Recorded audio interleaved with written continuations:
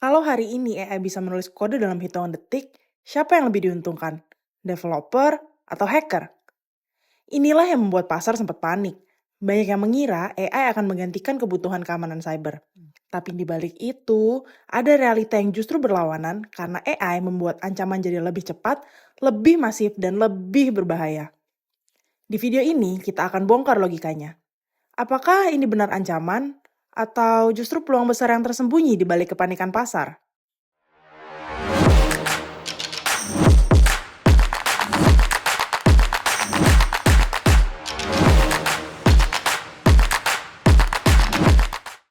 Kita mulai dari fenomena yang bisa dibilang sebagai kamis hitam di sektor keamanan cyber.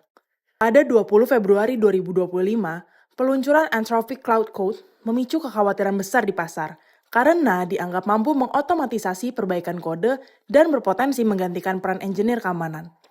Reaksi pasar pun cukup ekstrim karena saham seperti CrowdStrike sempat turun sekitar 8% dan secara keseluruhan sekitar 15 miliar dolar nilai pasar sektor ini sempat menguap dalam waktu singkat. Namun, kalau kita lihat lebih dalam, ini lebih ke reaksi emosional pasar terhadap narasi, bukan perubahan fundamental. Justru di balik kepanikan ini, ancaman cyber semakin meningkat dan kompleks, yang artinya kebutuhan akan keamanan justru semakin besar. Kalau kita breakdown lebih dalam, sebenarnya ada gap besar antara persepsi pasar dan realita yang terjadi. Di satu sisi, banyak yang menganggap AI akan menggantikan peran perusahaan keamanan, bahkan berpikir kalau AI bisa menulis kode aman, maka ancaman cyber akan otomatis hilang. Tapi di sisi lain, kenyataannya justru sebaliknya. AI ini bukan menggantikan, tetapi memperkuat kemampuan penyerang atau menjadi force multiplier yang membuat serangan lebih cepat, lebih murah, dan lebih scalable. Selain itu, AI juga menurunkan barrier untuk membuat kode berbahaya, sehingga jumlah dan frekuensi serangan meningkat secara eksponensial.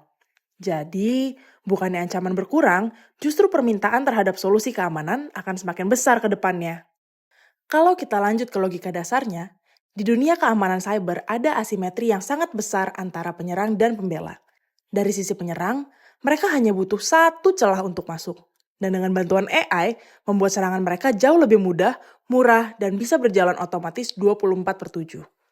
Sementara di sisi pembela, mereka harus menjaga 100% permukaan serangan tanpa boleh ada celah sama sekali. Tantangannya, kecepatan pembuatan serangan sekarang jauh lebih cepat dibandingkan kemampuan tim untuk memperbaiki atau menutup celah. Ditambah lagi, biaya pertahanan yang terus meningkat secara eksponensial.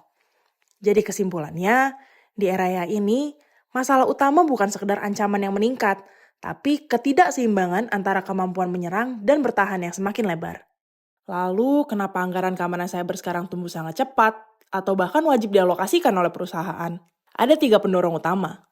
Yang pertama, adanya tekanan regulasi dan kepatuhan seperti EU AI Act yang memaksa perusahaan untuk melakukan audit keamanan dengan resiko denda besar hingga 7% dari pendapatan global jika tidak patuh. Yang kedua, munculnya keamanan dari aplikasi AI, di mana perusahaan harus melindungi sistem dari ancaman baru seperti injeksi LLM dan penyalahgunaan AI agent yang punya akses tinggi. Ketiga, ancaman ransomware yang semakin canggih dan berbasis AI, sehingga metode keamanan lama sudah tidak cukup dan perlu di-upgrade ke pertahanan yang lebih menyeluruh. Dampaknya, pertumbuhan pengeluaran keamanan cyber diperkirakan mencapai 15-20% CAGR dari 2023 sampai 2027 yang jauh melampaui pertumbuhan IT secara umum. Sebagaimana ditampilkan, kita bisa melihat fenomena yang disebut pabrik kerentanan dari penggunaan AI dalam coding. Di satu sisi, AI memang meningkatkan kecepatan development hingga 40%, karena sekarang sudah ada lebih dari 70% developer yang memakai tool seperti Copilot. Tapi di sisi lain, kecepatan ini menciptakan zona buta, di mana audit manual tidak lagi mampu mengimbangi volume kode yang dihasilkan. Akibatnya, sekitar 40% kode yang dibuat AI berpotensi mengandung celah keamanan. Kesimpulannya, tanpa adanya sistem keamanan yang ikut berevolusi, terutama yang berbasis AI, perusahaan justru beresiko menghasilkan lebih banyak vulnerability dibandingkan value. Sekarang kita bisa melihat pergeseran signifikan dalam lanskap ancaman cyber, khususnya dengan munculnya malware polymorphic berbasis AI. Jika sebelumnya pendekatan keamanan masih mengandalkan metode tradisional seperti database, tanda tangan, atau pemindaian kode statis, pendekatan ini sekarang menjadi kurang efektif karena hanya mampu mendeteksi pola yang sudah dikenal dan cenderung memiliki respons yang lambat. Sementara itu, ancaman generasi baru berkembang jauh lebih dinamis karena malware dapat berubah real time, belajar dari kegagalan sebelumnya, dan bahkan melakukan serangan secara presisi selama 24/7 tanpa henti. Oleh karena itu, paradigma keamanan perlu bergeser dari sekedar deteksi statis menjadi analisis perilaku secara real time agar mampu menghadapi kompleksitas ancaman modern. Lebih lanjut, kita bisa melihat bagaimana ancaman rekayasa sosial berevolusi secara signifikan dengan bantuan AI, khususnya melalui teknologi seperti deepfake. Jika sebelumnya serangan hanya berbasis teks seperti phishing email yang relatif lebih mudah dikenali, saat ini sudah berkembang menjadi simulasi audio dan visual yang sangat realistis. Pelaku dapat meniru wajah dan suara eksekutif perusahaan secara akurat, bahkan dalam komunikasi real time. Salah satu contoh kasus adalah penipuan yang mengatasnamakan seorang CFO, di mana staf keuangan menerima instruksi melalui video call palsu dan tanpa sadar melakukan transfer dana, dengan potensi kerugian hingga puluhan juta dolar. Dengan meningkatnya serangan hingga lebih dari 200%, pendekatan verifikasi tradisional seperti pengenalan wajah atau pengenalan suara saja sudah tidak lagi memadai. Maka dari itu, diperlukan sistem autentikasi berbasis perilaku untuk meningkatkan keamanan. Next, kita akan bahas tentang OWASP LLM Top 10 atau standar baseline keamanan yang dirancang khusus untuk aplikasi berbasis AI generatif di level enterprise. Beberapa resiko utama yang perlu diperhatikan adalah injeksi prompt, di mana model dimanipulasi untuk menjalankan perintah yang tidak sah, kerentanan rantai pasokan dari model pihak ketiga atau plugin, serta output tidak aman yang bisa memicu serangan seperti XSS atau remote code execution jika tidak difilter. Selain itu, ada juga risiko kebocoran data sensitif akibat model yang tanpa sengaja mengungkap informasi dari data pelatihan, serta keracunan data pelatihan yang dapat menyisipkan bias atau backdoor ke dalam sistem. Intinya, standar baseline ini menjadi panduan penting agar pengembangan aplikasi AI tidak hanya fokus pada performa, tapi juga memiliki fondasi keamanan yang kuat sejak awal. Kemudian, bagaimana nih resiko dari AI agent yang bisa dianggap sebagai karyawan bayangan di dalam perusahaan? AI agent ini seringkali diberikan hak atas akses yang cukup tinggi, seperti membaca dan menulis database atau memanggil API. Namun, sayangnya, belum selalu diimbangi dengan sistem autentikasi yang kuat untuk entitas non-manusia. Hal ini justru membuka potensi risiko yang serius, mulai dari kebocoran data sensitif akibat izin yang terlalu longgar, hingga serangan rantai pasokan melalui kode berbahaya. Oleh karena itu, pendekatan keamanan yang disarankan adalah menerapkan prinsip Zero Trust khusus untuk AI, termasuk membangun sistem IAM, menerapkan least privilege, melakukan pemantauan perilaku secara real-time, dan juga mengisolasi lingkungan eksekusi agent. Intinya, AI agent harus diperlakukan seketat karyawan manusia, karena kalau tidak, justru bisa menjadi celah keamanan yang tidak terlihat. Nah, sekarang coba kita lihat bagaimana sektor keuangan mengalami pergeseran pendekatan keamanan dari verifikasi identitas ke verifikasi perilaku. Dulu, sistem keamanan mengandalkan identitas seperti wajah atau suara.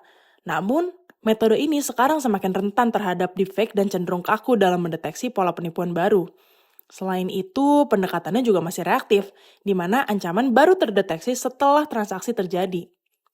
Di era AI, pendekatan ini berubah menjadi lebih canggih dengan memanfaatkan biometrik perilaku seperti pola mengetik, pergerakan mouse, dan kebiasaan navigasi pengguna.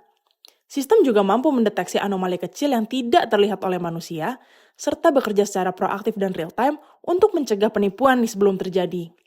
Intinya, AI memungkinkan institusi keuangan untuk mengidentifikasi resiko dalam hitungan milidetik, bukan lagi setelah kerugiannya terjadi. Selanjutnya kita akan coba bahas pentingnya perlindungan privasi data di sektor kesehatan yang menjadi salah satu area paling sensitif nih dalam penerapan AI. Data medis memiliki nilai yang sangat tinggi, bahkan bisa 10 atau 20 kali lipat lebih berharga dibandingkan data kartu kredit, sehingga data ini menjadi target utama bagi penyerang. Di sisi lain, industri ini juga dihadapkan pada regulasi yang sangat ketat, di mana pelanggaran dapat berujung pada denda besar dan kerusakan reputasi. Oleh karena itu, dibutuhkan solusi keamanan yang mampu menyeimbangkan inovasi AI dengan perlindungan data. Salah satunya melalui pendekatan federated learning, di mana model dapat dilatih tanpa harus memindahkan data pasien dari server lokal. Artinya di sektor kesehatan, keamanan ini bukan hanya soal data, tapi juga tentang menjaga kepercayaan dan keselamatan pasien. Lalu, Bagaimana nih konvergensi antara IT dan OT di era industri 4.0 menciptakan lanskap ancaman yang benar-benar baru, khususnya pada sistem ICS atau infrastruktur industri? Kalau kita lihat dulu, sistem pabrik cenderung tertutup. Namun sekarang dengan adanya konektivitas, mesin fisik sudah terhubung ke internet, sehingga membuka permukaan serangan yang lebih luas. Dampaknya juga tidak lagi sebatas kebocoran data, tapi bisa langsung ke dunia fisik seperti penghentian produksi, kerusakan mesin, hingga resiko keselamatan kerja. Untuk itu, pendekatan keamanan juga harus berevolusi dengan memanfaatkan AI, seperti deteksi anomali operasional mesin, analisis perintah berbahaya secara real-time pada sistem, hingga kemampuan pertahanan mandiri yang dapat mengisolasi ancaman secara otomatis. Kedepannya, kita akan melihat konsep jaringan industri yang mampu self-healing, di mana sistem dapat mendeteksi dan memperbaiki ancaman secara otonom. Maka di industri 4.0, keamanan bukan lagi sekedar tambahan, tapi sudah menjadi fondasi utama operasional. Sekarang, mari kita lihat bagaimana keamanan cyber telah berkembang menjadi bagian dari pertahanan nasional, bahkan disebut sebagai domain perang kelima setelah darat, laut, udara, dan angkasa. Artinya, kedaulatan digital kini menjadi prioritas strategis bagi negara. Tantangannya adalah serangan cyber modern, khususnya yang disponsori oleh negara. Terjadi dengan kecepatan yang tidak lagi bisa ditangani secara manual, sehingga membutuhkan respons berbasis AI yang mampu bekerja dalam hitungan milidetik. Selain itu, perlindungan terhadap infrastruktur kritis seperti listrik, air, dan sistem perbankan juga menjadi sangat penting, karena serangan di area ini dapat melumpuhkan stabilitas ekonomi dan sosial. Oleh karena itu, AI tidak lagi menjadi alat pendukung, melainkan menjadi komponen strategis utama dalam membangun sistem pertahanan nasional yang modern dan adaptif.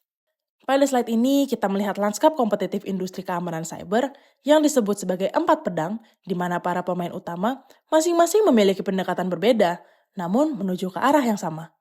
Palo Alto Networks fokus pada platformisasi end-to-end dengan integrasi jaringan dan cloud. Scalar mengusung konsep Zero Trust Exchange sebagai gerbang digital. CrowdStrike unggul di endpoint dengan kekuatan data telemetry skala besar, sementara Fortinet menggabungkan hardware dan keamanan dalam satu sistem untuk performa di edge. Namun benang merahnya adalah pergeseran solusi yang terpisah-pisah menjadi platform data terpadu, di mana kekuatan utamanya bukan hanya produk, tapi pada kemampuan mengolah unified data lake untuk mendukung AI dalam mendeteksi dan merespon ancaman secara lebih akurat dan real-time. Sekarang coba kita lihat satu persatu. Dimulai dari Palo Alto Networks dan bagaimana mereka mengeksekusi strategi berbasis AI. Pendekatan Palo Alto menggabungkan machine learning untuk mendeteksi ancaman yang sudah dikenal, deep learning untuk mengidentifikasi serangan baru seperti zero day, hingga generative AI untuk menyederhanakan operasional keamanan melalui automation dan interface yang lebih natural. Semua ini terintegrasi dalam satu platform yang berfungsi sebagai pusat operasi keamanan otonom dengan data lake terpadu, otomatisasi penuh, dan juga kemampuan self-learning. Hasilnya, proses yang sebelumnya manual dan memakan waktu, kini bisa dipercepat secara signifikan. Bahkan, rata-rata waktu remediasi bisa ditekan hingga kurang dari 1 menit. Sekarang kita lihat bagaimana Scalar bermain dengan pendekatan yang sedikit berbeda, yaitu melalui konsep Zero Trust Exchange. Mereka memposisikan diri seperti bea cukai digital yang memeriksa setiap lalu lintas data sebelum masuk atau keluar dari sistem. Kekuatan utamanya ada pada skala data yang sangat besar dengan lebih dari 300 miliar transaksi harian yang diproses, sehingga AI mereka punya dataset yang sangat kaya untuk mendeteksi ancaman. Dengan inspeksi inline berbasis AI, setiap paket data dianalisis secara real-time, termasuk untuk mendeteksi malware polimorfik dan mencegah kebocoran data sebelum terjadi. Selain itu, pendekatan user to app memastikan pengguna langsung terhubung ke aplikasi tanpa membuka akses ke seluruh jaringan, sehingga meminimalkan resiko pergerakan lateral. Intinya, semakin besar volume data yang dimiliki, semakin cerdas juga sistem keamanan yang bisa dibangun. Sekarang kita masuk ke pendekatan endpoint yang diusung oleh CrowdStrike melalui platform Falcon. Kunci utamanya ada pada sistem imun digital yang didukung oleh Threat Graph dengan skala triliunan event setiap minggu. Dengan data sebesar ini, sistem tidak hanya mendeteksi ancaman, tetapi juga memahami pola perilaku penyerang. Mereka menggunakan indikator serangan berbasis perilaku, bukan sekedar signature, sehingga mampu mendeteksi serangan fileless yang seringkali lolos dari antivirus tradisional. Selain itu, AI juga digunakan untuk memprediksi langkah berikutnya dari attacker, sehingga pendekatannya berubah dari reaktif menjadi prediktif. Ditambah lagi, dengan kemampuan remediasi otomatis, sistem bisa langsung mengisolasi ancaman dan memulihkan sistem tanpa intervensi manusia. Hasilnya, waktu respons yang sebelumnya memakan waktu puluhan menit, kini dipangkas menjadi hitungan detik. Nah, itu tadi dari sisi endpoint dan cloud. Sekarang kita beralih ke pemain yang menggabungkan kekuatan hardware dan AI, yaitu Fortinet. Berbeda dengan pendekatan berbasis software, Fortinet mengembangkan chip khusus bernama SPU atau Security Processing Unit yang dirancang untuk menjalankan fungsi keamanan dengan performa jauh lebih tinggi. Bahkan bisa mencapai 10 kali lebih cepat dibandingkan CPU biasa dengan biaya yang tetap efisien. Keunggulan ini semakin kuat dengan adanya AI yang langsung ditanamkan di level hardware atau edge, sehingga proses deteksi bisa dilakukan tanpa harus bergantung ke cloud. Dan ini mengurangi latency sekaligus menjaga privasi data tetap lokal. Kombinasi ini memungkinkan perusahaan untuk mendapatkan performa kelas enterprise dengan biaya yang lebih terjangkau. Fortinet ini bermain di efisiensi, bagaimana mereka menghadirkan keamanan tinggi dengan performa maksimal, tapi tetap cost efektif. Kalau kita tarik benang merah dari semua pemain tadi, kita bisa lihat kalau arah industrinya jelas bergerak dari era fragmentasi menuju era platform.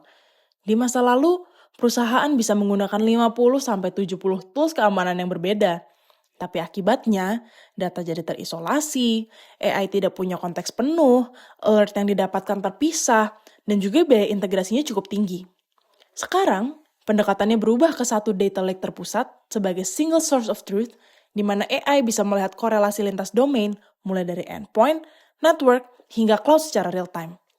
Dengan konteks yang utuh, sistem juga bisa melakukan otomatisasi respons tanpa bergantung lagi pada manusia, di mana hal ini juga menekan biaya operasional secara signifikan.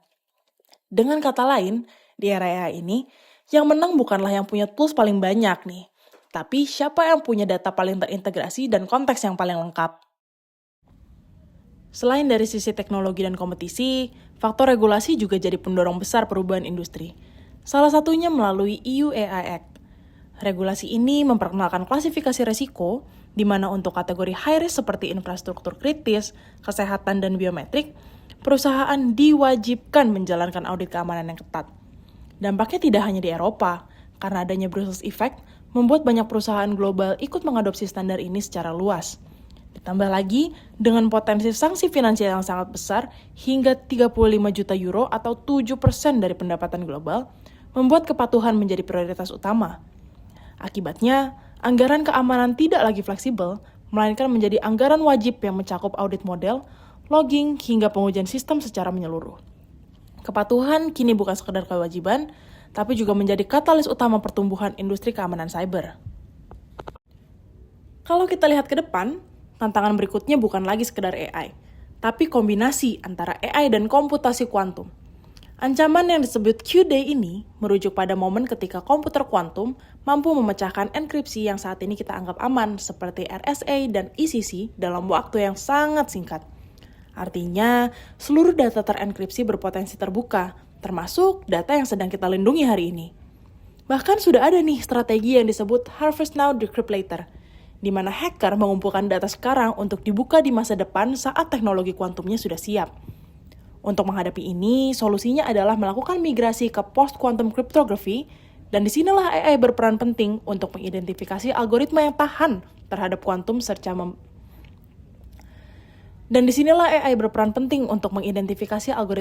terhadap kuantum serta membantu proses migrasi sistem secara masif dan efisien. Intinya, keamanan masa depan bukan hanya soal bertahan dari ancaman saat ini, tapi juga mempersiapkan diri nih untuk ancaman yang belum sepenuhnya terjadi. Kita bisa lihat juga nih arah evolusi operasi keamanan yang bergerak dari sistem yang sepenuhnya bergantung pada manusia menuju sistem yang semakin otonom. Di fase awal, legacy SOC masih mengandalkan analisis manual yang memakan waktu berjam-jam, bahkan berhari-hari, dan sangat rentan terhadap human error. Lalu mulai berkembang ke tahap copilot, di mana AI mulai membantu memprioritaskan ancaman dan memberikan rekomendasi, namun keputusan tetap di tangan manusia. Kedepannya, kita mungkin akan masuk ke fase autopilot, di mana AI mampu mendeteksi, memvalidasi, dan juga merespons ancaman secara mandiri dalam hitungan milidetik, sementara manusia hanya berperan di level strategi.